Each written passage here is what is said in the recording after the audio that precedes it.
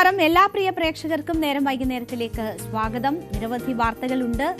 വടക്കൻ മേഖലകളിലോട്ടൊക്കെ വലിയ ശക്തമായ മഴ പെയ്തുകൊണ്ടിരിക്കുകയാണ്. കാലാവസ്ഥ പ്രതികൂലമാണ്. എന്നാൽ തെക്കൻ കേരളത്തിലേക്ക് വന്നാൽ ഇന്നലെയും കനത്ത ചൂട് എന്ന് തന്നെ പറയുന്ന ഒരു അന്തരീക്ഷമായിരുന്നു.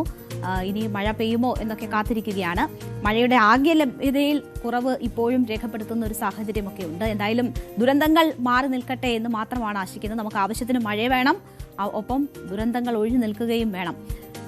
എല്ലാ പ്രേക്ഷകർക്കും സ്വാഗതം. നേരം വൈകുന്നേരത്തിലേക്ക് ഇന്നത്തെ പ്രധാന വാർത്തകൾ വിശദമായി തന്നെ നോക്കാം. എല്ലാവർക്കും സ്വാഗതം.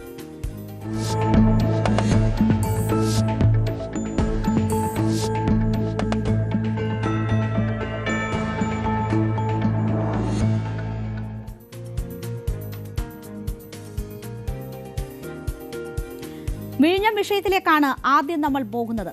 വിഴിഞ്ഞം ഓഹരി കൈമാറ്റത്തിലും ദിവ്യ എസ് അയ്യരുടെ സ്ഥാനമാറ്റത്തിലും CPM-ലെ ഭിന്നത മൂർച്ഛിക്കുന്നതാണ് നമ്മൾ ഇന്ന് കാണുന്നത്. വിഴിഞ്ഞം വിഷയത്തിൽ പിണറായി വിജയനും MV ഗോവിന്ദനും ഉന്നയിച്ച ആരോപണം EP ജയരാജൻ തള്ളുകയും ദിവ്യ എസ് അയ്യരെ അനുകൂലിച്ച് കണ്ണൂർ ജില്ലാ സെക്രട്ടറി KK രാഗേഷ് നടത്തിയ പ്രസ്താവന KK ശൈലജ തള്ളുകയും ചെയ്തിരുന്നു. ഇതിന് പിന്നാലെ രാഗേഷിനെ തള്ളി PK ശ്രീമതിയും രംഗത്ത് വരുന്നതാണ് ഇന്ന് നമ്മൾ കാണുന്നത്. കണ്ണൂരിൽ നിന്നുള്ള നേതാക്കളാണ് പരസ്പരം ഈ പാർട്ടി നിലപാട് തള്ളിപ്പറഞ്ഞ് രംഗത്ത് വരുന്നത് എന്നതാണ് ശ്രദ്ധേയം.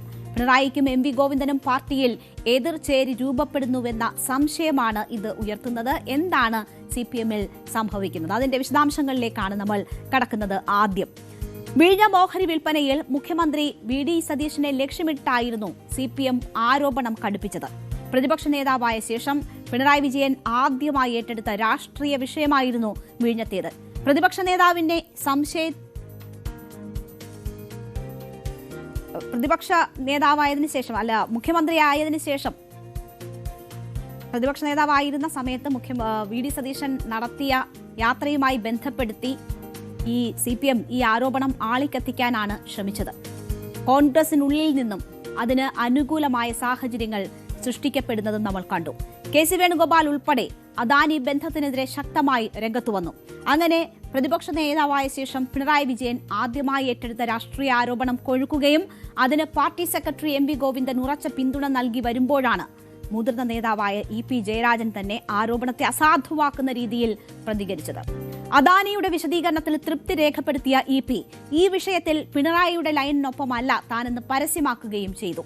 കണ്ണൂർ ജില്ലാ സെക്രട്ടറി KK രാഗേഷ് ഉൾപ്പെടെയുള്ളവർ ഉന്നയിച്ച അഴിമതി ആരോപണത്തെക്കുറിച്ചുള്ള ചോദ്യത്തിന് ഏതെങ്കിലും ആളുകൾക്ക് അഴിമതി നടന്നുവെന്ന പ്രശ്നങ്ങളുണ്ടെങ്കിൽ അവരത് ഉന്നയിക്കട്ടെ എന്നതാണ് EP ജയരാജൻ പറഞ്ഞത്. ആരോപണങ്ങൾ ബന്ധപ്പെട്ട മന്ത്രിമാർ, വിജിലൻസ് തുടങ്ങിയ സംവിധാനങ്ങൾ അന്വേഷിക്കട്ടെ എന്ന് പറഞ്ഞ EP താൻ ആരോപണങ്ങൾ ഉന്നയിച്ചിട്ടില്ല എന്ന് പറയുന്നു. ആരാണോ ആക്ഷേപം ഉന്നയിച്ചത് അവരോട് ചോദിച്ച് കാര്യം വ്യക്തമാക്കുന്നതായിരിക്കും നല്ലത് എന്നും അദ്ദേഹം മറുപടി നൽകി. എന്താണ് ഈ വിഷയത്തിൽ തന്റെ നിലപാടെന്ന് തുറന്നു പറയുകയാണ് EP ജയരാജൻ ചെയ്തത്. EP ജയരാജന്റെ ഇന്നലത്തെ ആ പ്രതികരണം കണ്ടതിന് ശേഷം നമുക്ക് തിരിച്ചെത്താം. ഏതെങ്കിലും ആളുകൾക്ക് അഴിമതി നടന്നു എന്ന പ്രശ്നങ്ങളുണ്ടെങ്കിൽ അവരത് ഉന്നയിക്കട്ടെ.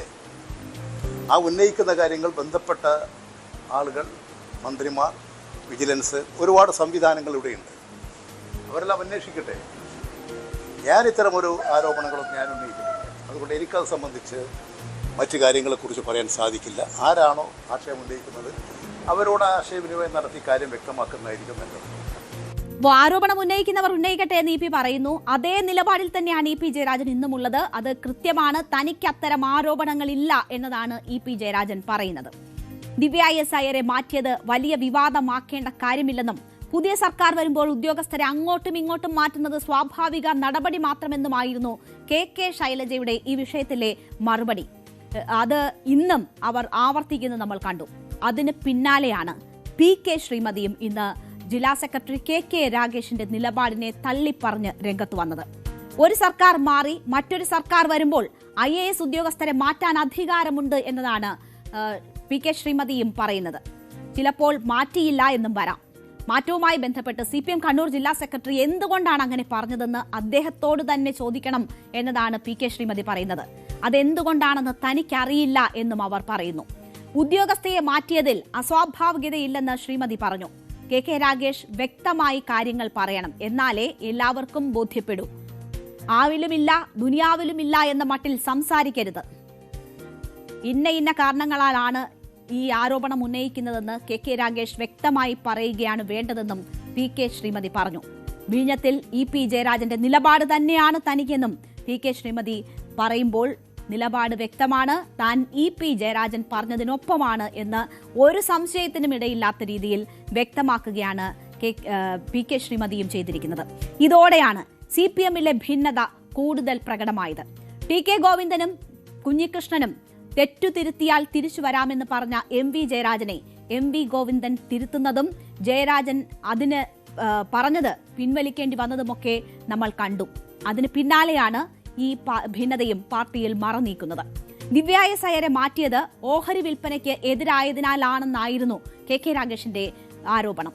സർക്കാരിന് ഉദ്യോഗസ്ഥരെ മാറ്റാനുള്ള അധികാരമുണ്ടെന്നാണ് 2 കേന്ദ്ര കമ്മിറ്റി അംഗങ്ങൾ ഇപ്പോൾ ഒരു സംശയത്തിനും ഇടയില്ലാതെ തുറന്നു പറഞ്ഞിരിക്കുന്നത്. തെളിവില്ലാതെ ആരോപണം ഉന്നയിച്ചതിനെയും അവർ ചോദ്യം ചെയ്യുകയാണ്. അതോടെ ഫലത്തിൽ കണ്ണൂർ CPM-ൽ ഈ വിഷയത്തിൽ 2 അഭിപ്രായമുണ്ട്, 2 ചേരിയിലാണ് നേതാക്കൾ എന്നത് കൂടുതൽ വ്യക്തമായിരിക്കുകയാണ്. പാർട്ടിയിൽ ഇത് അപൂർവമാണ്. പാർട്ടി നേതൃത്വം എടുത്ത നിലപാടിനെ പരസ്യമായി തള്ളിക്കൊണ്ടുള്ള നേതാക്കളുടെ കടന്നുവരവ് CPM-ൽ അപൂർവ കാഴ്ചയാണ്. കണ്ണൂരിൽ നിന്നുള്ള നേതാക്കളാണ് ഇത്തരത്തിലുള്ള ഭിന്നാഭിപ്രായം പരസ്യമാക്കിയിരിക്കുന്നത് എന്നതും ശ്രദ്ധേയമാണ്. പ്രത്യക്ഷത്തിൽ കെ രാഗേഷാണ് ഇതിലെ ഉന്നമെങ്കിലും അത് യഥാർത്ഥത്തിൽ പിണറായി വിജയനെയും വി ഗോവിന്ദനെയും ലക്ഷ്യമിട്ടുള്ള നീക്കമാണ് എന്നതാണ് സൂചനകൾ. തെരഞ്ഞെടുപ്പിന് പിന്നാലെ കെ രാഗേഷിനെതിരെ കണ്ണൂരിലെ പാർട്ടിക്കുള്ളിൽ രൂക്ഷമായ പ്രതികരണങ്ങൾ ഉയർന്നിരുന്നു. തളിപ്പറമ്പിലെയും പയ്യന്നൂരിലെയും തോൽവിയിൽ രാഗേഷിനാണ് ഉത്തരവാദിത്തമെന്നാണ് വിമർശനം. ഇതിനിടയിലാണ് ദിവ്യ എസ് അയ്യരുമായി ബന്ധപ്പെട്ടുള്ള ആരോപണങ്ങളും നേതാക്കളുടെ തള്ളിപ്പറയലും കൂടി ഉണ്ടാകുന്നത്. വ്യക്തി താൽപര്യങ്ങൾ രാഷ്ട്രീയത്തിലേക്ക് കടത്തുന്നു എന്നുള്ള വിമർശനങ്ങൾ രാഗേഷിനെതിരെ പല നേതാക്കളും ഉയർത്തുന്നുണ്ട്. മുതിർന്ന നേതാക്കൾ പലരെയും മറികടന്നാണ് മുഖ്യമന്ത്രിയായിരിക്കെ പിണറായി വിജയന്റെ ഓഫീസിലെ ചുമതലക്കാരനിൽ നിന്ന് രാഗേഷ് ജില്ലാ സെക്രട്ടറി സ്ഥാനത്തേക്ക് എത്തുന്നത്. ശനിയാഴ്ച മുതൽ 3 ദിവസം സംസ്ഥാനത്തെ തോൽവി വിലയിരുത്തേണ്ട തിരുത്തലുകൾക്ക് രൂപം നൽകേണ്ടുന്ന പ്രത്യേക കേന്ദ്ര കമ്മിറ്റി യോഗം ചേരുന്നുണ്ട്. തെരഞ്ഞെടുപ്പ് തോൽവിക്ക് പിന്നാലെയുണ്ടായ പാർട്ടിയിലെ തെറ്റ് തിരുത്തലുകൾക്കായി ഓഗസ്റ്റിൽ വിശാലമായ സംസ്ഥാന കമ്മിറ്റിയും ചേരാനിരിക്കെയാണ് ഇപ്പോൾ ഈ തുറന്നു പറച്ചിലുകൾ പാർട്ടിയിൽ നടക്കുന്നത് എന്നത് വളരെ ശ്രദ്ധേയമാണ്. നിയമസഭാ തെരഞ്ഞെടുപ്പ് തോൽവിയുടെ കാരണങ്ങളെക്കുറിച്ച് താഴെത്തട്ടിൽ ഉയർന്ന വികാരം സംസ്ഥാന നേതൃത്വം വേണ്ട രീതിയിൽ ഉൾക്കൊണ്ടിട്ടില്ല എന്നും തിരുത്തലുകൾ ഉണ്ടായിട്ടില്ല എന്നുമൊക്കെയുള്ള വിലയിരുത്തൽ CPM-ലുണ്ട്. ഈ അതൃപ്തിക്കിടെയാണ് സർക്കാരിനെ തുടക്കത്തിൽ തന്നെ കടന്നാക്രമിക്കാനുള്ള നേതൃത്വത്തിന്റെ നീക്കം പാളുന്നത്. PM ശ്രീയിലും വീര്യം കുറഞ്ഞ മദ്യത്തിലും ഇപ്പോൾ ഇതാ വിഴിഞ്ഞം വിഷയത്തിലും CPM-ന് അവരുടെ മുൻകാല നടപടികൾ തന്നെ തിരിച്ചടിയാകുന്നു. ഓഹരി കൈമാറ്റ ചർച്ചകൾ കഴിഞ്ഞ സർക്കാരിന്റെ കാലത്ത് തന്നെ തുടങ്ങിയതാണെന്ന് മുഖ്യമന്ത്രി ചൂണ്ടിക്കാണിച്ചതും പാർട്ടി മുഖപത്രത്തിന് ഈ വിഷയത്തിലുണ്ടായ ജാഗ്രതക്കുറവും അവരെ പ്രതിരോധത്തിലാക്കിയതിന് പിന്നാലെയാണ് പാർട്ടിയിലെ ഭിന്നത കൂടി മറനീക്കി പുറത്തുവരുന്നത്. ഇത് നേതൃത്വം എങ്ങനെ നേരിടുന്നു, വിശദീകരിക്കുന്നു എന്നതാണ് ഇനി കാണേണ്ടത്.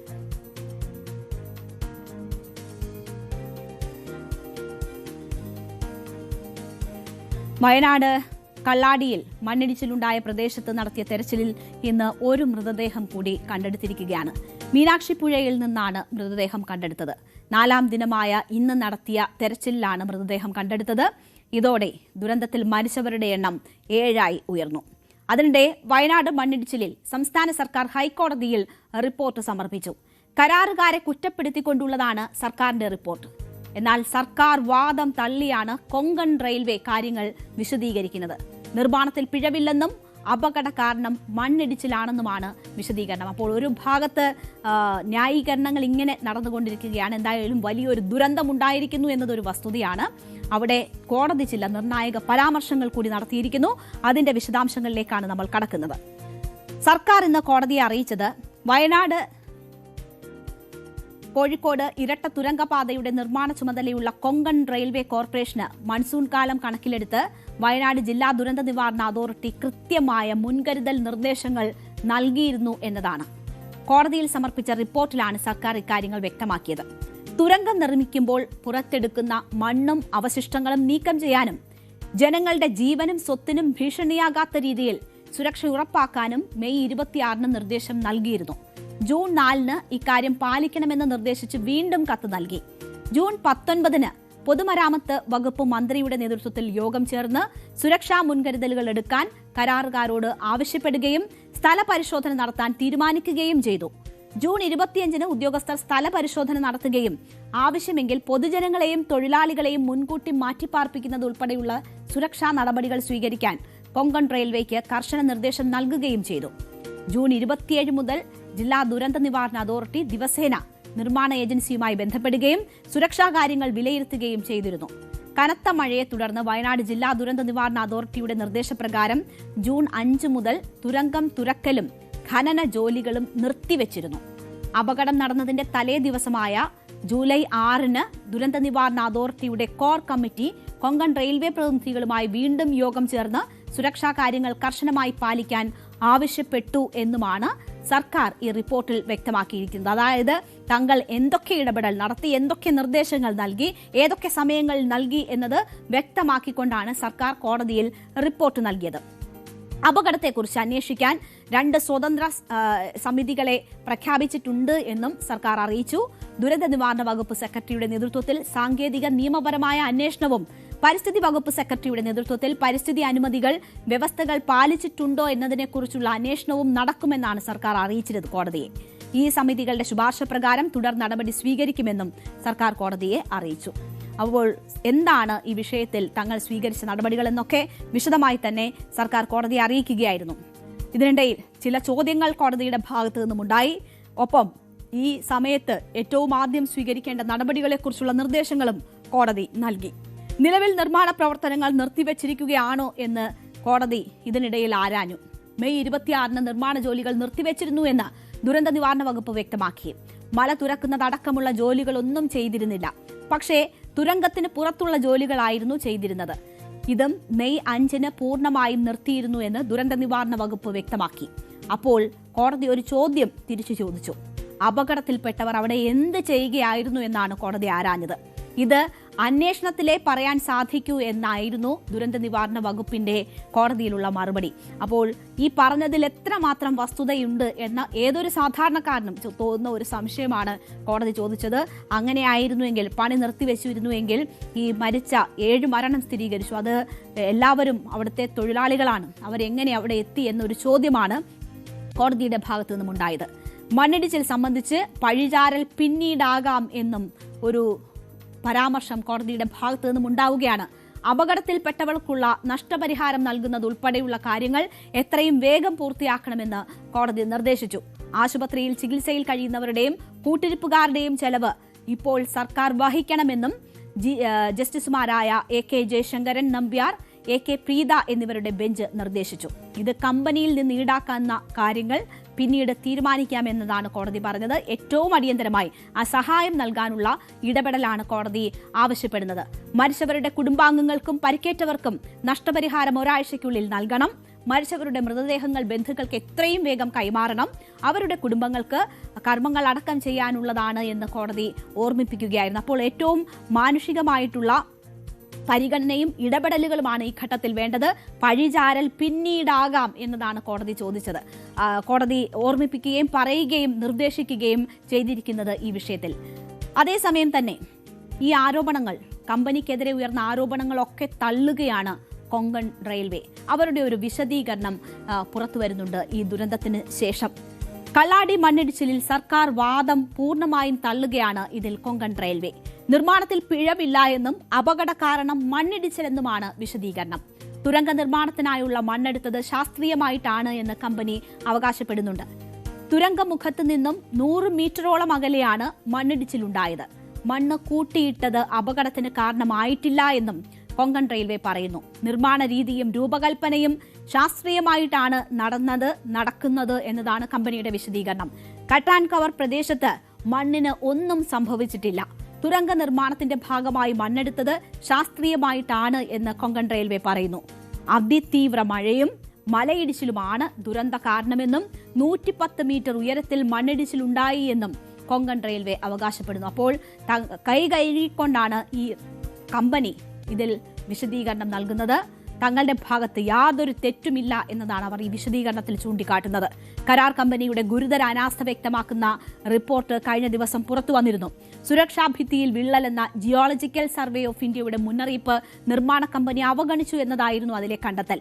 നിർമ്മാണത്തിലെ അപാകതകൾ ചൂണ്ടിക്കാട്ടി നിർമ്മാണ ചുമതലയുള്ള ദിലീപ് ബിൽക്കോണിന് ജൂൺ 14 GSI റിപ്പോർട്ട് നൽകിയിരുന്നു. എന്നാൽ ഈ റിപ്പോർട്ട് കമ്പനി അവഗണിച്ചു എന്നും കണ്ടെത്തിയിരുന്നു. റോക്ക് നെയിലിംഗ് വേണ്ട സ്ഥലത്ത് സോയിൽ നെയിലിംഗ് നടത്തിയതായുള്ള സാങ്കേതിക പിഴവും ഈ റിപ്പോർട്ടിൽ ചൂണ്ടിക്കാണിച്ചിരുന്നു. മതിയായ വെള്ളം വാർന്നു പോകാനുള്ള ആവശ്യമുള്ള ദ്വാരങ്ങൾ വീപ്പ് ഹോൾസ് ഇല്ലാതിരുന്നതും ദുരന്തത്തിന്റെ വ്യാപ്തി കൂട്ടി എന്ന കണ്ടെത്തലുകളും ഉണ്ടായിരുന്നു. മുന്നറിയിപ്പുകൾ അവഗണിച്ചത് ദുരന്തത്തിന്റെ ആക്കം കൂട്ടിയെന്നായിരുന്നു റിപ്പോർട്ടിൽ വ്യക്തമാക്കുന്നത്. അന്വേഷണം പുരോഗമിക്കുകയാണ്. എന്തായാലും അതിലെ കാര്യങ്ങൾ പൂർണ്ണമായും വ്യക്തമാകും. പക്ഷേ ഇതിനോടകം ഉയർന്ന ഈ ആരോപണങ്ങൾ പൂർണ്ണമായും തള്ളിക്കൊണ്ടാണ് ഇപ്പോൾ കമ്പനി വിശദീകരണം നൽകുന്നത്. തങ്ങളുടെ ഭാഗത്ത് തെറ്റില്ല എന്നാണ് കമ്പനി അവകാശപ്പെടുന്നത്. ഈ അവകാശവാദങ്ങൾ ഒരു ഭാഗത്ത് നടക്കുന്നു. ഈ തുരങ്കപാതയുടെ ഭാവി എന്തെന്ന ചോദ്യം ബാക്കി നിൽക്കുന്നു. അതിനെതിരായ പ്രതിഷേധങ്ങളുണ്ട്. അതേസമയം ഒരു ദുരന്തത്തിന്റെ പശ്ചാത്തലത്തിൽ ഒരു തീരുമാനത്തിൽ നിന്ന് പിന്നോട്ട് പോക്കുണ്ടാകരുത് എന്നൊരു സമ്മർദ്ദം ഒരു ഭാഗത്തുണ്ട്. അത് സംബന്ധിച്ച് കൂടുതൽ പരിശോധനകൾ വേണം എന്നതാണ് അവർ പറയുന്നത്. അങ്ങനെയുള്ള വാദപ്രതിവാദങ്ങളൊക്കെയും ഒരു ഭാഗത്ത് നടന്നുകൊണ്ടിരിക്കുകയാണ്. കോടതിയുടെ ഏറ്റവും മനുഷ്യത്വപരമായ ഇടപെടലും നമ്മൾ കാണുന്നു. അതേസമയം തന്നെ ഇന്ന് നടന്ന തെരച്ചിലിൽ ഒരു മൃതദേഹം കൂടി കണ്ടെടുത്തു. മീനാക്ഷി പുഴയിൽ നിന്നാണ് മൃതദേഹം കണ്ടെടുത്തത്. 4ാം ദിനമായ ഇന്ന് നടത്തിയ തെരച്ചിലിൽ ആണ് ഈ മൃതദേഹം കണ്ടെടുത്തത്. ഇതോടെ ദുരന്തത്തിൽ മരിച്ചവരുടെ എണ്ണം 7ആയി ഉയർന്നിരിക്കുകയാണ്. ബംഗാൾ സ്വദേശി രാകേഷ് ഗുജയുടേതാണ് ഇന്ന് ലഭിച്ച മൃതദേഹമെന്ന് തിരിച്ചറിഞ്ഞിട്ടുണ്ട്. ഇനി ഒരാളെ കൂടിയാണ് കണ്ടെത്താനുള്ളത്. ഇതിനായി പ്രദേശത്ത് 4 സോണുകളായി തിരിച്ച് തെരച്ചിൽ തുടരുകയാണ്.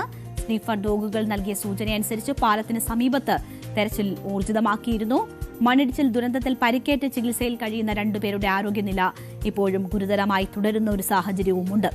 കല്ലാടി മണ്ണിടിച്ചിൽ അപകട ഭീഷണിയുള്ള വീടുകളിൽ താമസിക്കുന്നവരെ വാടക വീടുകളിലേക്ക് മാറ്റും എന്നതാണ് റവന്യൂ മന്ത്രി AP അനിൽകുമാർ ഇന്ന് പറഞ്ഞത്.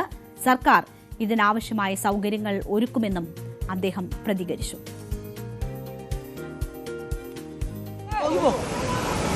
വന്ന് പരിശോധിച്ചുകൊണ്ടിരിക്കുകയാണ് എത്രമാത്രം സ്റ്റേബിൾ ആണ്, അതിനകത്ത് ഇനിയുണ്ടോ എന്നുള്ളത്. അപ്പോൾ സ്വാഭാവികമായും ചെറിയ രീതിയിലുള്ള ഇടിച്ചിലൊക്കെ മണ്ണ് ഇളകി നിൽക്കുന്ന താഴോട്ട് വരും. അതൊരു മണ്ണിടിച്ചിലായിട്ട് ലാൻഡ് സ്ലൈഡായിട്ട് നമുക്ക് കാണാൻ കഴിയില്ല. ഇളകി നിൽക്കുന്ന മണ്ണ് മഴയും മറ്റും വരുമ്പോൾ താഴോട്ട് വരുന്നത് അതത്ര അപകടകരമാവില്ല എന്നാണ് പറയുന്നത്. പക്ഷെ എന്നാലും എത്രമാത്രം സ്റ്റേബിൾ ആണ് എന്നുള്ളത് ജിയോളജി ഇന്നലെയും ഉദ്യോഗസ്ഥന്മാർ വന്നിരുന്നു.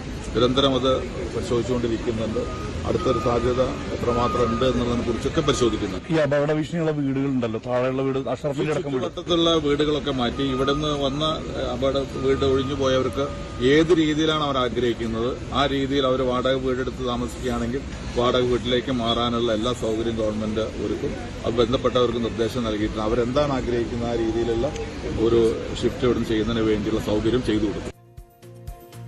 എന്തായാലും ഇനി പ്രശ്നസാധ്യത ഉള്ള ഇടങ്ങളിൽ നിന്നുള്ള ആളുകളെ മാറ്റിപ്പാർപ്പിക്കുന്നതിനുള്ള നടപടികൾ ഉണ്ടാകും എന്നതാണ് മന്ത്രി സൂചിപ്പിക്കുന്നത്.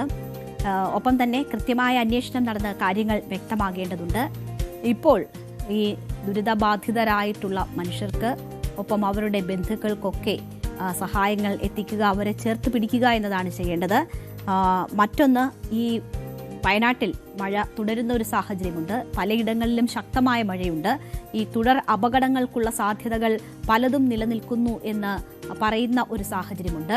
അപ്പോൾ ഈ ഇടങ്ങളിലെല്ലാം കൃത്യമായ പരിശോധനകൾ വേണം. മനുഷ്യരുടെ ജീവനും സ്വത്തിനും സംരക്ഷണം ഒരുക്കിക്കൊണ്ട് ഏറ്റവും പ്രാധാന്യം അതിന് നൽകിക്കൊണ്ടുള്ള ഇടപെടൽ ഉണ്ടാകണം. അതിനൊക്കെയുള്ളൊരു പാഠമായി ഇത് മാറട്ടെ എന്ന് നമുക്ക് ആശിക്കാം. എന്തായാലും അന്വേഷണത്തിലൂടെ ഇതാരുടെ ഭാഗത്തുള്ള വീഴ്ചയാണ് എന്നത് വെളിയിൽ വരികയും അവർക്കെതിരെ നടപടി ഉണ്ടാവുകയും വേണം.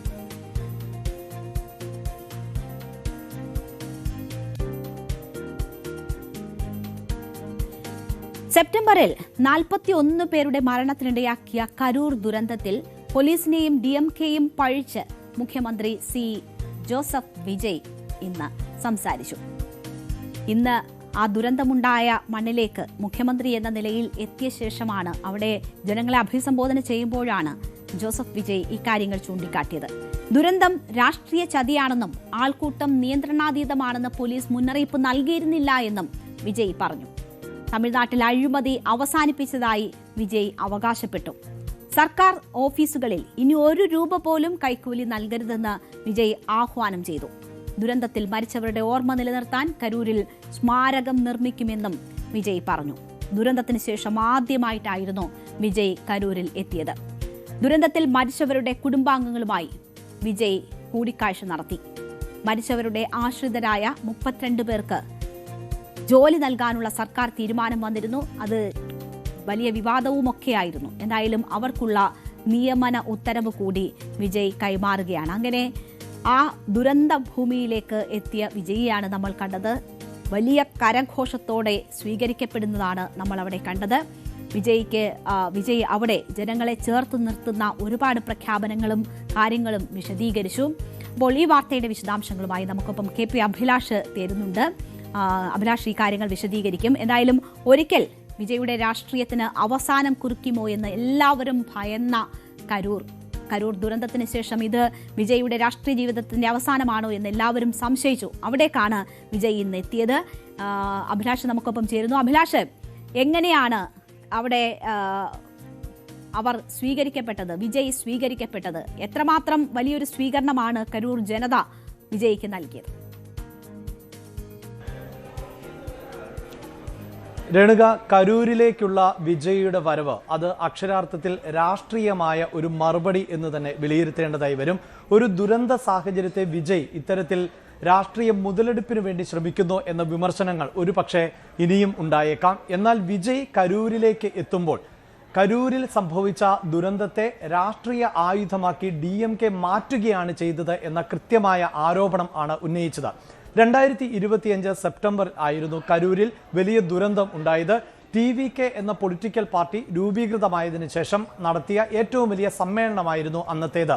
വലിയ തയ്യാറെടുപ്പുകളോട് കൂടിയായിരുന്നു അന്ന് ആ സമ്മേളനം നടത്തിയിരുന്നത് എങ്കിൽ പോലും അത് പിന്നീട് വലിയൊരു ദുരന്തമായി മാറിയ സാഹചര്യം ആണ് ഉണ്ടായത്.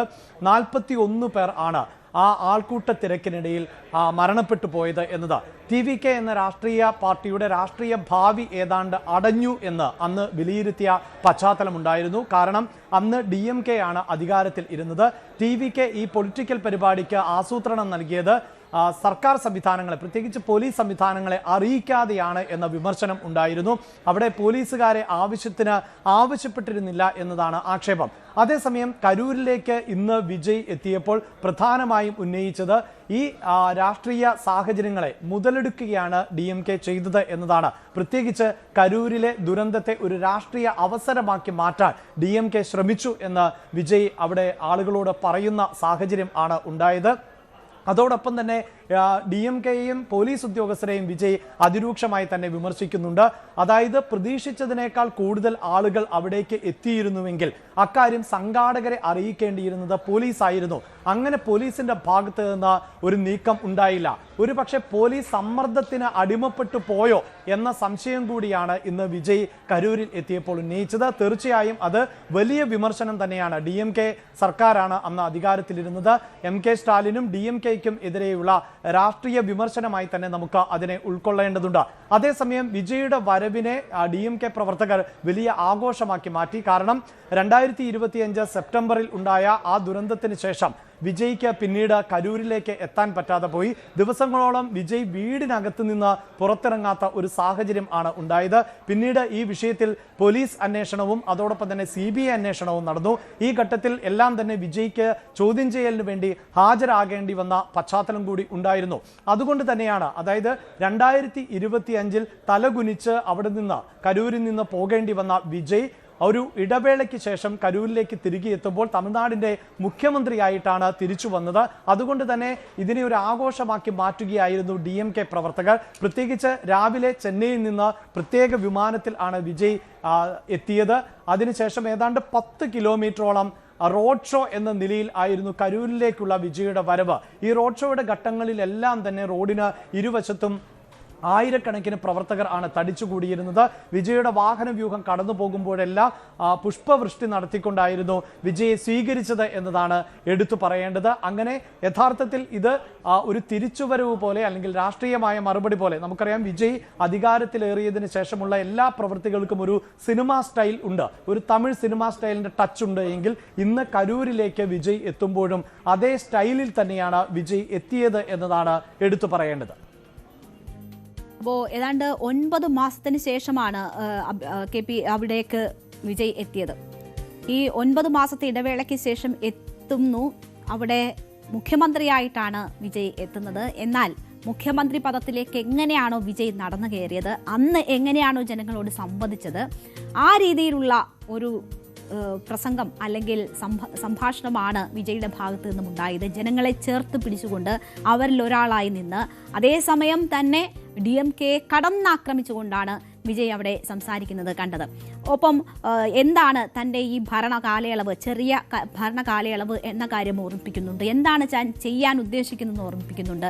അഴിമതി എന്ന വിഷയത്തിൽ ഊന്നി നിലപാടെടുത്തുകൊണ്ടാണ് വിജയ് ഈ മുഖ്യമന്ത്രി കസേരയിലേക്ക് നടന്നു കയറിയത്. അപ്പോൾ ആ അഴിമതി വിഷയമാക്കി തന്നെ ജനങ്ങളോട് സംവദിക്കാൻ വിജയ് ശ്രമിച്ചു. അതിനിടയിൽ വിജയ് പറഞ്ഞ ഒരു കാര്യം റീൽസ് അല്ല, റിയൽ ജനകീയ ഭരണമാണ് തമിഴ്നാട്ടിൽ നടക്കുന്നത് എന്നതുകൂടിയാണ്. അപ്പോൾ അങ്ങനെ കൂടി പൊതുസമ്മേളനത്തിൽ ജനങ്ങളോട് പറഞ്ഞുകൊണ്ടാണ് വിജയ് സംസാരിച്ചത്. അപ്പോൾ അഭിലാഷ്, എങ്ങനെയാണ് തൻ്റെ ഈ 2 മാസത്തോളം നീളുന്ന ഭരണകാലയളവ് അതിനെ വിജയ് എങ്ങനെ ജനങ്ങളുടെ മുന്നിലേക്ക് എത്തിക്കാനാണ് ശ്രമിച്ചത്? എന്താണ് വിജയ് അതിനെക്കുറിച്ച് സൂചിപ്പിച്ചത്? ഇനിയുള്ള ഭാവിയെക്കുറിച്ച് എങ്ങനെ സൂചിപ്പിച്ചു?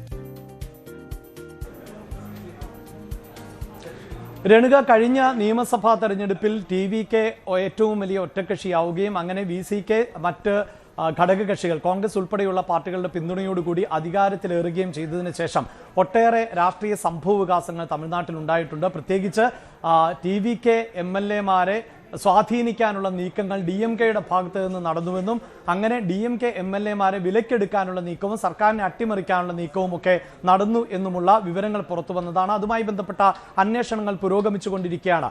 എന്തു തന്നെയാണെങ്കിലും വിജയ് അധികാരത്തിലേറിയതിനു ശേഷം ഏറ്റവും ആദ്യം തന്നെ പ്രഖ്യാപിച്ച 2 പദ്ധതികളിൽ ഒന്ന് സ്ത്രീകളുടെ സുരക്ഷ ഉറപ്പാക്കുന്ന പദ്ധതിയാണ്, മറ്റൊന്ന് ലഹരി ഇല്ലാതാക്കും എന്നുള്ളതാണ്. ഈ 2 പദ്ധതികൾക്കും വലിയ സ്വീകാര്യതയാണ് തമിഴ്നാട്ടിൽ ലഭിച്ചുകൊണ്ടിരിക്കുന്നത്.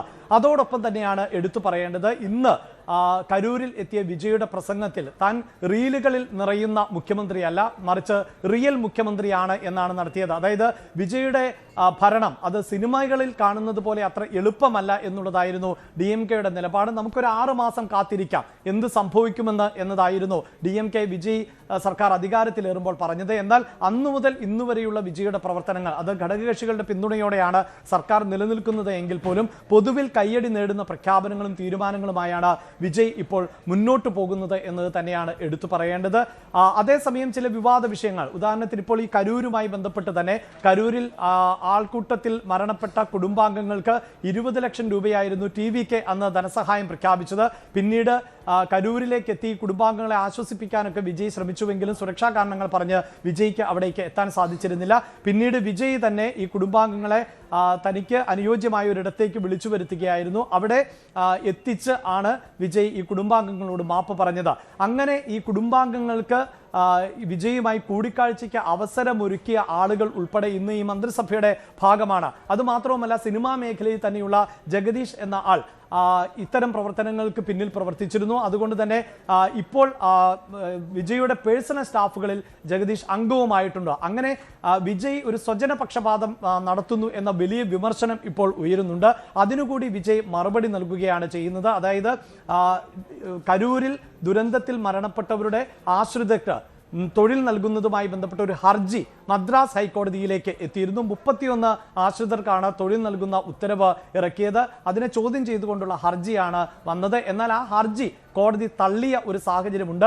അതേസമയം താൽക്കാലികമായ നിയമനം മാത്രമേ നൽകാവൂ. കോടതിയുടെ അന്തിമ വിധിക്ക് ശേഷം മാത്രമേ ഇവരെ സ്ഥിരപ്പെടുത്തുന്നത് സംബന്ധിച്ച ഒരു തീരുമാനമെടുക്കാൻ പറ്റുകയുള്ളൂ എന്ന് കോടതി വ്യക്തമാക്കിയിട്ടുണ്ട്. എങ്കിൽ പോലും നിയമപരമായും രാഷ്ട്രീയമായും വിജയ്ക്ക് ഈ ഒരു കോടതിയിൽ നിന്നുണ്ടായിട്ടുള്ള നീക്കം വലിയ പിന്തുണയാണ് ലഭിക്കുന്നത് എന്ന് വേണം നമുക്ക് മനസ്സിലാക്കാൻ. മാത്രവുമല്ല, വിജയുടെ വാക്കുകൾ അത് ഇന്നും കരൂരിൽ എത്തുമ്പോൾ സിനിമാ സ്റ്റൈലിൽ തന്നെയുള്ള പ്രസംഗമായിരുന്നു. പക്ഷേ ഓരോ വാക്കുകൾക്കും വാചകങ്ങൾക്കും ശേഷം വലിയ കയ്യടി കയ്യടിയാണ് പ്രവർത്തകരുടെയും അണികളുടെയും ഒക്കെ ഭാഗത്തു നിന്നും ഉണ്ടായത്. അതുകൊണ്ട് തന്നെ വിജയ്ക്ക് ഇപ്പോഴും വലിയ സ്വീകാര്യത ലഭിക്കുന്നു എന്ന് തന്നെയാണ് TVK പ്രവർത്തകരുടെ അനുമാനം. ഒപ്പം എവിടെയൊക്കെ വിജയ് എത്തുന്നുണ്ടോ അതൊരു സിനിമാ താരത്തിന് ലഭിക്കുന്ന സ്വീകാര്യത എന്നതിനപ്പുറത്ത് ഒരു ജനകീയ മുഖ്യമന്ത്രിക്ക് ലഭിക്കുന്ന പിന്തുണയാണ് ഈ ആൾക്കൂട്ടം എന്നുകൂടിയാണ് ഇപ്പോൾ TVK അവകാശപ്പെടുന്നത്. തീർച്ചയായും. അപ്പോൾ താൻ ചെയ്യുന്ന കാര്യങ്ങളെക്കുറിച്ച് ഊന്നിപ്പറയാൻ വിജയ് ശ്രമിക്കുന്നു. അത് റിയൽ ആണ് എന്നതാണ് വിജയ് പറയുന്നത്. എന്തായാലും വിജയുടെ രാഷ്ട്രീയ ജീവിതത്തിന്റെ ഒടുക്കമാകും എന്ന് കരുതിയ കരൂരിൽ വിജയുടെ മാസ് എൻട്രിയാണ് ഇന്ന് കണ്ടത്. അവിടെ ജനങ്ങളെ ഒപ്പം നിർത്തുന്ന വിജയാണ് നമ്മൾ കണ്ടത്. വലിയ സ്വീകരണം വിജയ്ക്ക് അവിടെ ലഭിക്കുന്നതും കണ്ടു. നമുക്കൊരു ചെറിയ ഇടവേള എടുക്കാം. അതിനുശേഷം മറ്റ് ഫോക്കസ് വാർത്തകളിലേക്ക് തിരിച്ചെത്താം.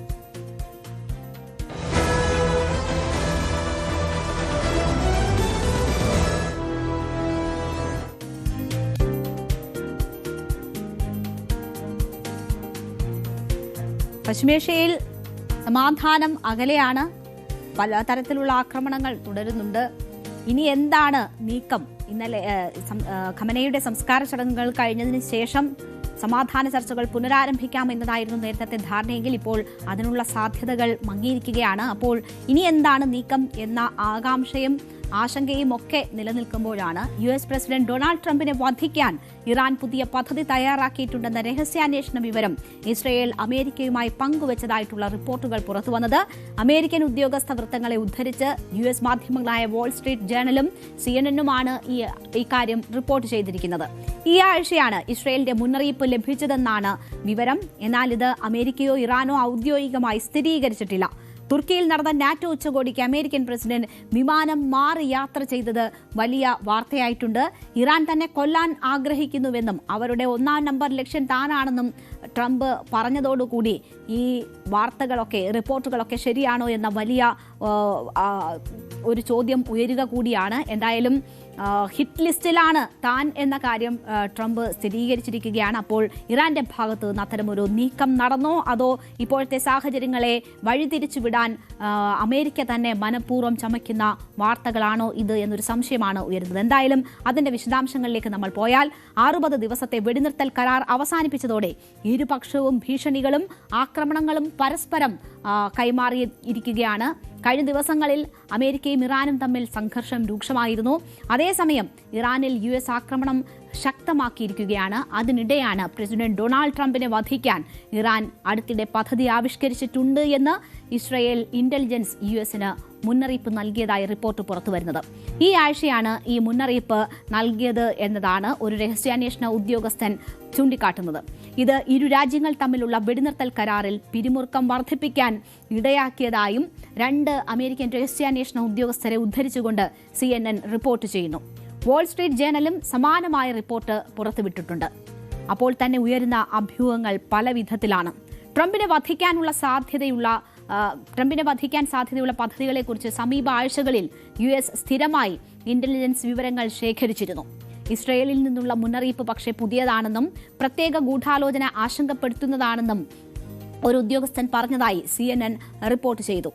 ഇറാനെതിരെ സൈനിക നടപടി ശക്തമാക്കണമോ വേണ്ടയോ എന്ന് ട്രംപ് ആലോചിക്കുമ്പോൾ അദ്ദേഹത്തിന്റെ തീരുമാനത്തെ സ്വാധീനിക്കാനുള്ള ശ്രമമായിരിക്കാം ഒരുപക്ഷെ ഇസ്രയേൽ റിപ്പോർട്ട് എന്ന് മറ്റൊരു US ഉദ്യോഗസ്ഥൻ അഭിപ്രായപ്പെട്ടു എന്നും ഈ മാധ്യമങ്ങൾ റിപ്പോർട്ട് ചെയ്യുന്നുണ്ട്.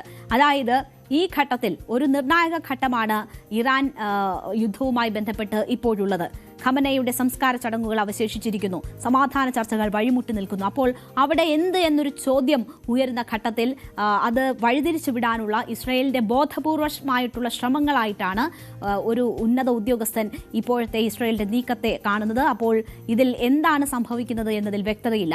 2020 ട്രംപിന്റെ ഉത്തരവ് പ്രകാരം ഡ്രോൺ ആക്രമണത്തിൽ ഒരു ഉന്നത ഇറാനിയൻ ജനറൽ ഖാസിം സുലൈമാനിയെ കൊലപ്പെടുത്തിയതിന് പകരമായി ഇറാൻ ട്രംപിനെ കൊല്ലാൻ ശ്രമിച്ചേക്കാമെന്ന് US സർക്കാർ വളരെ കാലമായി മുന്നറിയിപ്പ് നൽകിയിട്ടുണ്ട്. അപ്പോൾ അതിനുള്ള സാധ്യതകൾ അമേരിക്ക ഇതുവരെ തള്ളിക്കളഞ്ഞിട്ടില്ല. ഇസ്രായേൽ US യുദ്ധത്തിന്റെ തുടക്കത്തിൽ കൊല്ലപ്പെട്ട പരമോന്നത നേതാവ് അയത്തുള്ള അലി ഖമനയുടെ സംസ്കാര ചടങ്ങുകൾ കഴിഞ്ഞ ദിവസങ്ങളിൽ നടക്കുമ്പോൾ അവിടെ ഈ സംസ്കാര ചടങ്ങിനിടെ തടിച്ചുകൂടിയ ജനങ്ങളുടെ ഭാഗത്തു നിന്നൊക്കെ ട്രംപിനെതിരെ വലിയ മുദ്രാവാക്യങ്ങളും പ്ലക്കാർഡുകളും ഉയർന്നിരുന്നു. ട്രംപിന്റെ രക്തത്തിന് വേണ്ടി ദാഹിക്കുന്ന മനുഷ്യരെയൊക്കെ നമ്മൾ അവിടെ കണ്ടിരുന്നു. പക്ഷേ ഏതെങ്കിലും തരത്തിൽ ട്രംപിന്റെ ഭാഗത്തു നിന്ന് തന്നെ പ്രകോപനപരമായ പരാമർശങ്ങൾ ഉണ്ടാവുകയും എല്ലാവരും ഒരുമിച്ചുള്ളപ്പോൾ ഒറ്റ ഷൂട്ടിൽ എല്ലാവരെയും കൊല്ലാം എന്നൊക്കെ വളരെ പ്രകോപനപരമായിട്ടുള്ള പരാമർശങ്ങൾ ട്രംപിന്റെ ഭാഗത്തു നിന്നും ഉയർന്നപ്പോൾ പോലും തിരിച്ച് അതേ ഭാഷയിലുള്ള മറുപടി ഇറാന്റെ ഭാഗത്തു നിന്നും ഉണ്ടായിട്ടില്ല, അല്ലെങ്കിൽ ഏതെങ്കിലും തരത്തിൽ വധഭീഷണി ഉയർന്നിട്ടില്ല. പക്ഷേ എന്താണ് സംഭവിക്കുന്നത് എന്നതിൽ വ്യക്തതയില്ല.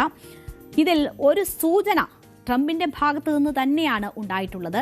അതായത് ഇറാൻ തന്നെ കൊല്ലാൻ ആഗ്രഹിക്കുന്നുവെന്നും അവരുടെ 1-ാം നമ്പർ ലക്ഷ്യം താനാണെന്നും ട്രംപ് കഴിഞ്ഞ ദിവസം പറഞ്ഞു. എങ്ങനെയാണ് എന്നെ എന്ന അമേരിക്കൻ നേതാവിനെയാണ് അവർ ഇല്ലാതാക്കാൻ നോക്കുന്നത്? ഞാൻ ആ ലിസ്റ്റിലുണ്ട്. ഇന്ന് രാവിലെ താൻ അത് കണ്ടു. താൻ അവരുടെ എല്ലാ ലിസ്റ്റുകളിലുമുണ്ട്. ഇതുവരെ ഭാഗ്യത്തിന് താൻ രക്ഷപ്പെട്ടു. പക്ഷേ അത് അധിക നാൾ നീണ്ടു നിൽക്കില്ലായിരിക്കാം. ഇവർ ദുഷ്ടരും മാനസിക രോഗികളുമാണ്.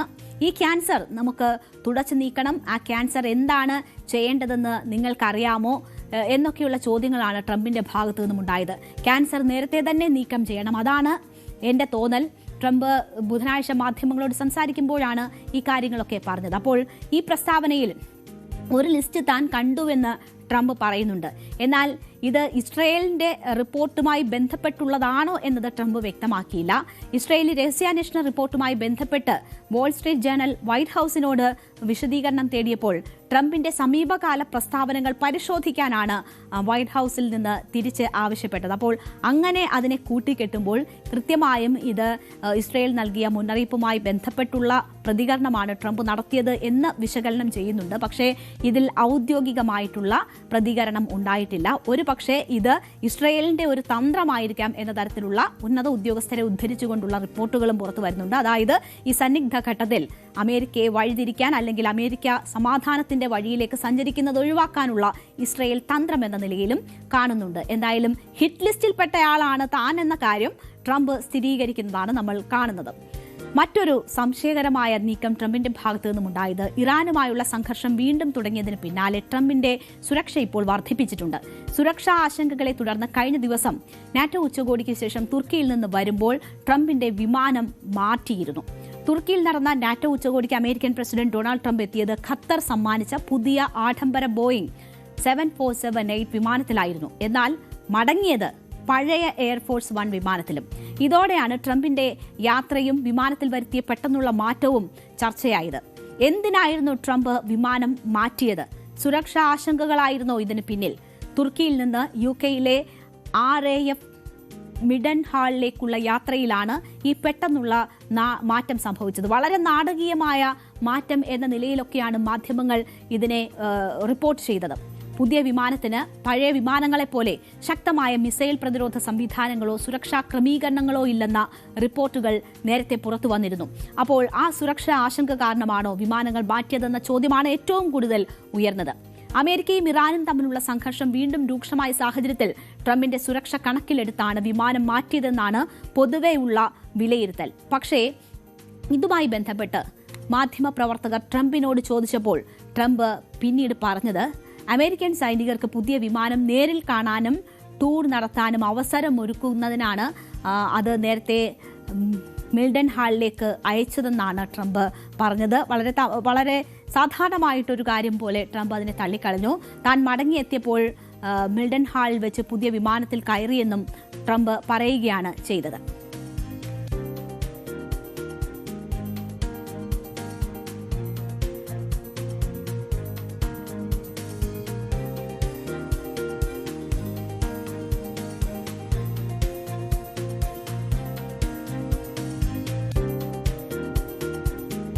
ഇപ്പോൾ കിട്ടുന്ന ഒരു വാർത്തയിലേക്ക് നമ്മൾ പോവുകയാണ്. തിരുവനന്തപുരം മാഞ്ഞാലിക്കുളം റോഡിൽ ഹൈലാൻഡ് ഹോട്ടലിൽ തീപിടുത്തമുണ്ടായിരിക്കുന്നു. ഷോർട്ട് സർക്യൂട്ടാണ് കാരണമെന്നാണ് സംശയിക്കുന്നത്. അഗ്നിശമന സേന തീയണയ്ക്കാൻ ശ്രമം തുടരുകയാണ്. തിരുവനന്തപുരം മാഞ്ഞാലിക്കുളത്താണ് ഹൈലാൻഡ് ഹോട്ടലിൽ തീപിടുത്തം ഉണ്ടായിരിക്കുന്നത്. ഡാൻ കുര്യൻ വാർത്തയുടെ വിശദാംശങ്ങളുമായി ചേരുകയാണ്. ഡാൻ, എന്താണ് സംഭവിച്ചത്? വലിയ തീപിടുത്തമാണോ? ഏതെങ്കിലും തരത്തിൽ ആളുകൾ കുടുങ്ങിക്കിടക്കുന്ന സാഹചര്യം മറ്റോ ഉണ്ടോ? അല്പസമയം മുമ്പാണ് തിരുവനന്തപുരം നഗരഹൃദയത്തിലുള്ള മാങ്ങാടിക്കുളം റോഡിലെ പ്രധാനപ്പെട്ട ഹോട്ടലായ സ്വകാര്യ ഹോട്ടലായ ഹൈലാൻഡ് ഹോട്ടലിൽ ഈ സ്മോക്ക് പൈപ്പിൽ നിന്ന് തീപിടുത്തമുണ്ടായത്. ആ തീപിടുത്തം ഈ ഹോട്ടലിന് പുറത്തേക്കുള്ള പുകകളിലൂടെ പെട്ടെന്ന് തീയും പുകയും പുറത്തേക്ക് പടരുകയായിരുന്നു. ഇതോടെ ഹോട്ടലിനുള്ളിലേക്ക് പുക പടലങ്ങൾ നിറയുന്ന സാഹചര്യമാണ് ഉണ്ടായത്.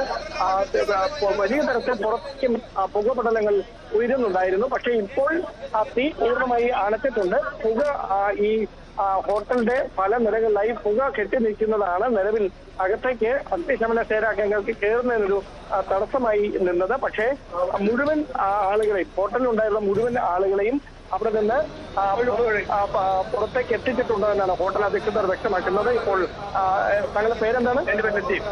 ഈ ഹോട്ടലിൽ ജനറൽ മാനേജർ. എന്താണ് സംഭവിച്ചത്?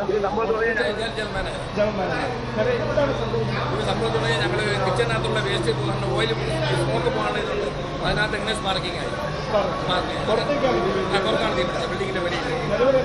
ഇപ്പോൾ ഒരു കുഴപ്പമില്ല. കത്തി അടച്ചു കഴിഞ്ഞു. ഫയർഫോഴ്സൊന്നും ബാക്കി നമ്മുടെ ലോക്കൽ ആൾക്കാർ എല്ലാവരും കൂടെ വന്ന് കംപ്ലീറ്റ് അടച്ചു കഴിഞ്ഞു.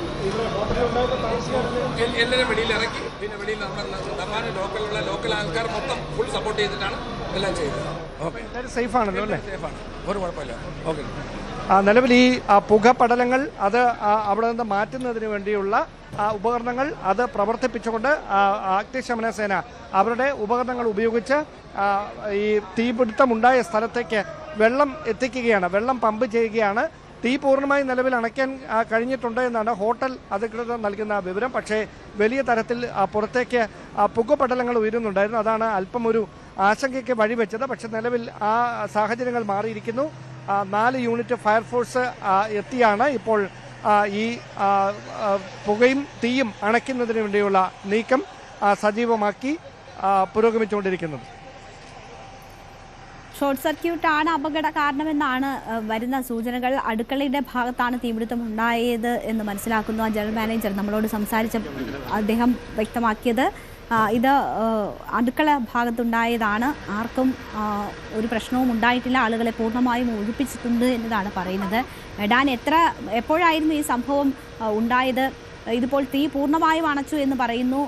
പക്ഷേ നമുക്ക് ദൃശ്യങ്ങളിൽ വലിയ പുകപടലം കാണാം. ഹോട്ടലിൻ്റെ താഴത്തെ നിലയിലെ അടുക്കളയോട് ചേർന്നാണ് ഈ സംഭവം ഉണ്ടായതെന്നാണ് മനസ്സിലാക്കുന്നത്. വലിയ രീതിയിൽ അകത്തേക്ക് പുകപടലങ്ങൾ ഉയർന്നിട്ടുണ്ടോ? വലിയ നാശനഷ്ടം ഉണ്ടായിട്ടുണ്ടോ?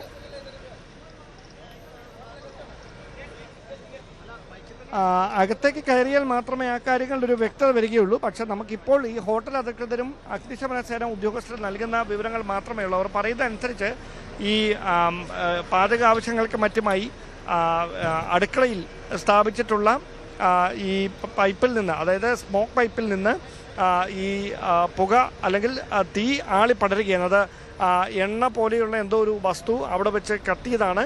അത് പെട്ടെന്ന് അത് തീയും പുകയുമായി പുറത്തേക്ക് വമിക്കുന്ന ഒരു സാഹചര്യം ഉണ്ടാകുകയായിരുന്നു. ആദ്യം അത് പുറത്തുകൂടി പോയ വഴിയാത്രക്കാരാണ് ആദ്യം ഈ ഹോട്ടൽ ജീവനക്കാരുടെ ശ്രദ്ധയിൽപ്പെടുത്തിയത്.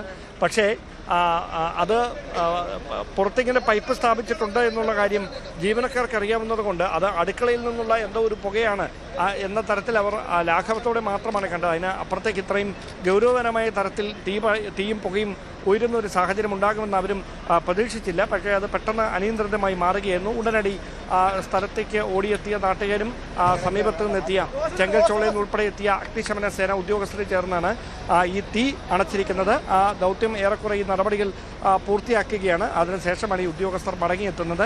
തീ പൂർണ്ണമായി അണയ്ക്കാൻ കഴിഞ്ഞിട്ടുണ്ട് എന്നാണ് നമുക്ക് ലഭിക്കുന്ന വിവരങ്ങൾ. ഇപ്പോൾ ബാക്കിയാകുന്നത് ഇതിനകത്തുള്ള ജീവനക്കാരെ, അതോടൊപ്പം ഹോട്ടലുകളിൽ താമസിച്ചിരുന്ന ആളുകളെ, അവരെ പൂർണ്ണമായി പുറത്തേക്ക് ഇറക്കുന്ന നടപടികളും ഏറെക്കുറെ പൂർത്തിയായിട്ടുണ്ട്. തീ പൂർണ്ണമായി അണയ്ക്കാൻ കഴിഞ്ഞിട്ടുണ്ട് എന്ന വ്യക്തമായ വിവരങ്ങൾ തന്നെയാണ് അവർ നൽകുന്നത്. ഈ പുകപടലങ്ങൾ അത് പുറത്തേക്ക്, ഈ ഹോട്ടലിനുള്ളിൽ കെട്ടിരിക്കുന്ന പുകപടലങ്ങൾ പുറത്തേക്ക് കളയുന്നതിന് വേണ്ടി ഈ ഗ്ലാസ് ഡോറുകൾ അടക്കം, അതായത് ഈ ഹോട്ടലിൻ്റെ കവാടത്തിലെ അടക്കം ഗ്ലാസ് ഡോറുകൾ, ചില്ലുകൾ അടിച്ച് തകർത്ത് പുകപടലങ്ങൾ പുറത്തേക്ക് വിടുന്നതിനുള്ള ഒരു ക്രമീകരണങ്ങൾ കൂടി സജ്ജമാക്കിയിട്ടുണ്ട്. എന്തായാലും നിലവിൽ ഇതാണ് സാഹചര്യം. മറ്റ് ആളപായമോ മറ്റേതെങ്കിലും തരത്തിലുള്ള ഒരു പ്രതിസന്ധികളോ ഇല്ല.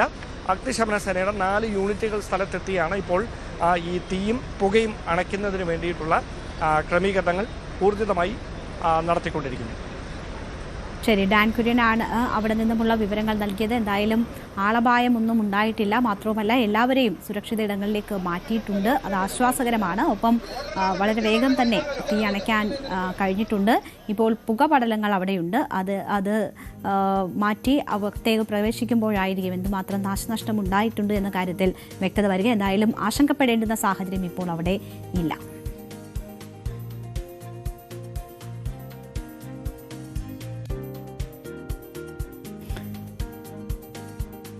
താരസംഘടനയിലെ തമ്മിലടിയിൽ രാജിവെക്കാൻ ഒരുങ്ങിയിരിക്കുകയാണ് അഡ്ഹോക് കമ്മിറ്റി. മുൻ കമ്മിറ്റിയുടെ കയ്യിൽ നിന്നും വാങ്ങിയ താക്കോലുകളും രേഖകളും ജനറൽ സെക്രട്ടറി കുക്കു പരമേശ്വരനെ വിളിച്ചുവരുത്തി തിരികെ കൈമാറി. മുതിർന്ന അംഗങ്ങൾ പ്രതികരണം നടത്താത്തതിലും രമേശ് പിഷാരടിയുടെ ഓഡിയോ ശ്വേതാ മേനോൻ പുറത്തുവിട്ടതിലും അഡ്ഹോക് കമ്മിറ്റിയിൽ വിമർശനം ഉയർന്നു. അതിനെ തുടർന്നാണ് ഇപ്പോൾ ഈ അധികാര കൈമാറ്റത്തിന് അവർ തയ്യാറെടുത്തിരിക്കുന്നത്. അപ്പോൾ ഇനി യഥാർത്ഥ ഭരണസമിതി ആരാണ്? ആദ്യം ജനറൽ ബോഡിക്ക് ശേഷം വന്ന് രാജിവെക്കുന്നു എന്ന് പറഞ്ഞത് ശ്വേതാ മേനോനാണ്. ശ്വേതാ മേനോൻ പിന്നീട് രാജി പിൻവലിക്കുന്ന സാഹചര്യമുണ്ടായി. ഇപ്പോൾ അഡ്ഹോക് കമ്മിറ്റി അവരുടെ അധികാരമെല്ലാം തിരിച്ചു നൽകുന്നു എന്ന് പറയുമ്പോൾ ആദ്യ ഭരണസമിതി നിലനിൽക്കുമോ? ഇനി എന്താണ് താരസംഘടനയിൽ നടക്കാൻ പോകുന്നത്? പലരും നിലവിലെ ഭരണസമിതിക്കെതിരെ രംഗത്ത് വന്ന് നമ്മൾ കണ്ടതാണ്. ജനറൽ ബോഡിയിൽ ഉണ്ടായിട്ടുള്ള വലിയ വിമർശനങ്ങൾ കണ്ടിട്ടുള്ളതാണ്. അപ്പോൾ എന്താണ് അവിടെ ഉണ്ടാകുന്ന ധാരണ എന്നതിൽ ഒരു വ്യക്തതയുമില്ല. എന്തായാലും താരസംഘടന വല്ലാത്തൊരു പെടാപ്പാടിൽ ചെന്ന് പെട്ടിരിക്കുകയാണ്. വിശദാംശങ്ങളുമായി നമുക്കൊപ്പം ഡാനി പോൾ ചേരുന്നുണ്ട്. ഡാനി, എന്താണ് താരസംഘടനയിൽ നടക്കുന്നത് എന്ന് ചോദിച്ചിട്ട് നമ്മൾ ദിവസവും അതിങ്ങനെ ചോദിച്ചുകൊണ്ടിരിക്കുകയാണ്. ഏറ്റവും ഒടുവിൽ ഇപ്പോൾ അഡ്ഹോക് കമ്മിറ്റി സ്വയം പിരിഞ്ഞു പോകുന്ന ഒരു സാഹചര്യം കൂടി ഉണ്ടായിരിക്കുന്നു. എന്താണ് അവിടെ നടക്കുന്നത്?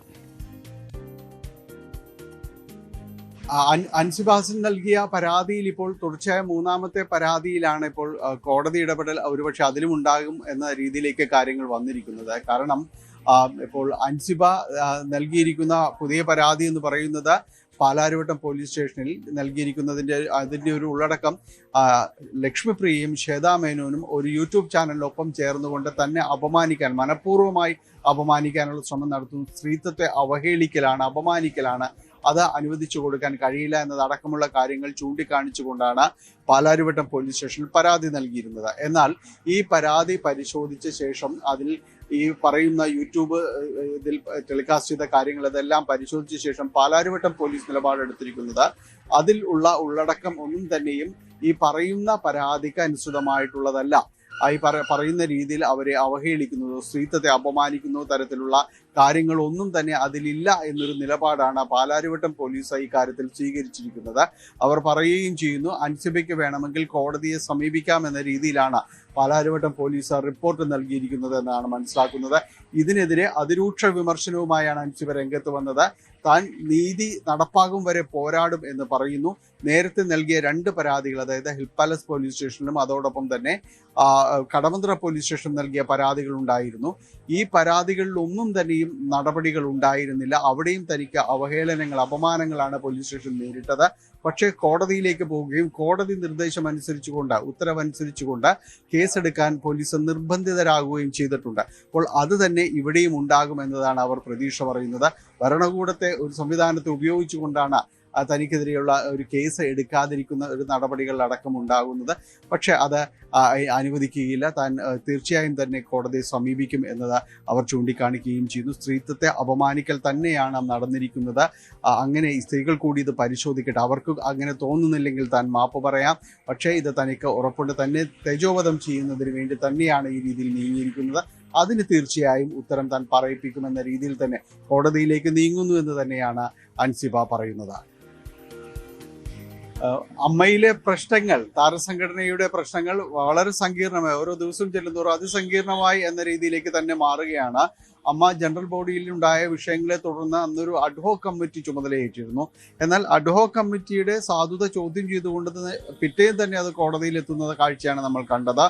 പിന്നീട് അതൊരു നിയമയുദ്ധത്തിലേക്ക് അടക്കം പോകുമെന്ന രീതിയിലേക്ക് കാര്യങ്ങളായി. എന്നാൽ ഇപ്പോൾ അഡ്ഹോക് കമ്മിറ്റി അതിൽ നിന്ന് പിൻവാങ്ങുകയാണ്. നിയമയുദ്ധത്തിന് ഞങ്ങളില്ല, കോടതി മുറികളിലേക്ക് ഈ അഡ്ഹോക് കമ്മിറ്റി ഇല്ല എന്നാണ് അവർ പ്രഖ്യാപിക്കുന്നത്. ഇപ്പോഴുള്ളൊരു തീരുമാനം അനുസരിച്ച് അഡ്ഹോക് കമ്മിറ്റി തങ്ങളെ ഏൽപ്പിച്ചിരുന്ന ചുമതലകളിൽ നിന്നെല്ലാം തന്നെ പിന്നാക്കം പോവുകയാണ് എന്നാണ് അറിയിച്ചിരിക്കുന്നത്. നിലവിലുള്ള, അതായത് തെരഞ്ഞെടുക്കപ്പെട്ട നേരത്തെയുള്ള ഇപ്പോൾ കുറച്ചു പേരെങ്കിലും അതിൽ രാജിവെക്കുകയും മറ്റും ചെയ്തിട്ടുണ്ട്. അപ്പോൾ നിലവിൽ ആരൊക്കെയുണ്ടോ ആ സംവിധാനം തുടരട്ടെ എന്നതാണ് അവർ പറയുന്നത്. കാരണം ശ്വേതാ മേനോൻ അടക്കം അന്ന് രാജിപ്രഖ്യാപനം നടത്തിയെങ്കിലും താൻ അതിൽ രാജിവെച്ചിട്ടില്ല എന്ന തീരുമാനത്തിലേക്കാണ് അവർ പിന്നീട് വന്നത്. താൻ എഴുതി നൽകിയിട്ടില്ല, താൻ തുടരും എന്ന രീതിയിലേക്കെല്ലാം തന്നെ അവർ പറഞ്ഞപ്പോൾ ഇനി എന്നാൽ ആ രീതിയിലേക്ക് കാര്യങ്ങൾ നീങ്ങട്ടെ എന്നതാണ് ഇപ്പോൾ അഡ്ഹോക് കമ്മിറ്റിയുടെ ആ ഒരു തീരുമാനമായിട്ട് പറയുന്നത്. അതിനവർ ചൂണ്ടിക്കാണിക്കുന്ന കാര്യങ്ങൾ പ്രധാനമായും ഈ മുതിർന്ന താരങ്ങളുടെ അടക്കം ഒരു പിന്തുണയും കാര്യങ്ങളും ഒന്നും ഈ അഡ്ഹോക് കമ്മിറ്റിക്കോ അതിന്റെ പ്രവർത്തനങ്ങൾക്കോ ലഭിച്ചിട്ടില്ല എന്ന വസ്തുതയടക്കമുള്ള കാര്യങ്ങൾ പറയുന്നുണ്ട്. സീനിയർ താരങ്ങൾ ആരും തന്നെ ഇതുമായി ബന്ധപ്പെട്ടുകൊണ്ട് ഒരു പ്രതികരണത്തിന് പോലും ഇല്ലാതിരുന്നത് നിരാശപ്പെടുത്തിയിട്ടുണ്ട് എന്നത് അവർ ചൂണ്ടിക്കാണിക്കുകയും ചെയ്യുന്നു. അത് മാത്രവുമല്ല, ഇതിൽ പലരും തന്നെ ഇതിൽ നിയമക്കുരുക്കിലേക്ക് അടക്കം ഈ അഡ്ഹോക് കമ്മിറ്റിയുടെ പ്രവർത്തനങ്ങൾ നീങ്ങുമ്പോൾ ആരുടെ ഭാഗത്തു നിന്നും ഒരു ജനറൽ ബോഡി യോഗത്തിനുള്ള അത്തരം ചർച്ചകൾക്ക് നടക്കുമ്പോൾ പോലും ആർക്കും ഒരു പിന്തുണയും തങ്ങൾക്ക് ഇല്ലാതെ പോയി എന്നതടക്കം ഇവർ ചൂണ്ടിക്കാണിക്കുകയും ചെയ്യുന്നുണ്ട്. അങ്ങനെ പിന്തുണയില്ലാതെ തങ്ങൾ തുടരേണ്ടതില്ല എന്നത് അവർ പറയുകയും ചെയ്യുന്നു. ഒപ്പം ഇതിൽ അവരെ ഏൽപ്പിച്ചിരുന്ന കാര്യങ്ങൾ, ചില രേഖകൾ, ഫയലുകൾ, താക്കോലുകൾ, ഇതെല്ലാം തന്നെ ജനറൽ സെക്രട്ടറി ആയിരുന്ന കുക്കു പരമേശ്വരനെ വിളിച്ച് കൈമാറിയിട്ടുണ്ട് എന്നതാണ് മനസ്സിലാക്കാനായിട്ട് സാധിക്കുന്നത്. എന്തായാലും തങ്ങൾ തുടരില്ല എന്നതാണ് അഡ്ഹോക് കമ്മിറ്റിയുടെ നിലപാട്.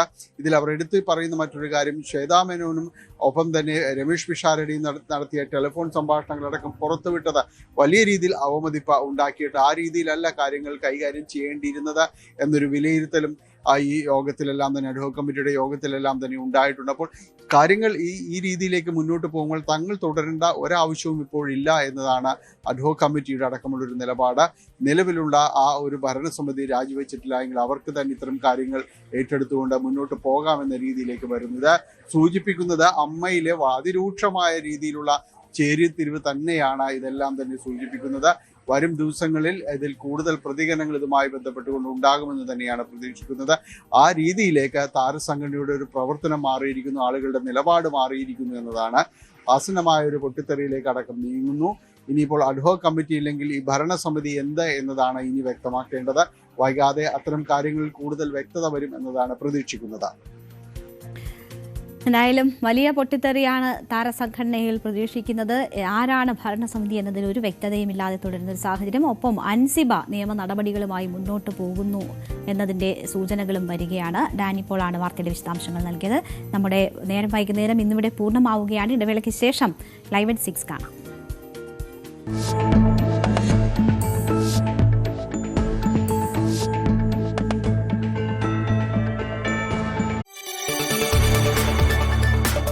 കൂടുതൽ വാർത്തകൾക്ക് news 18 Keralam YouTube channel subscribe ചെയ്യുക.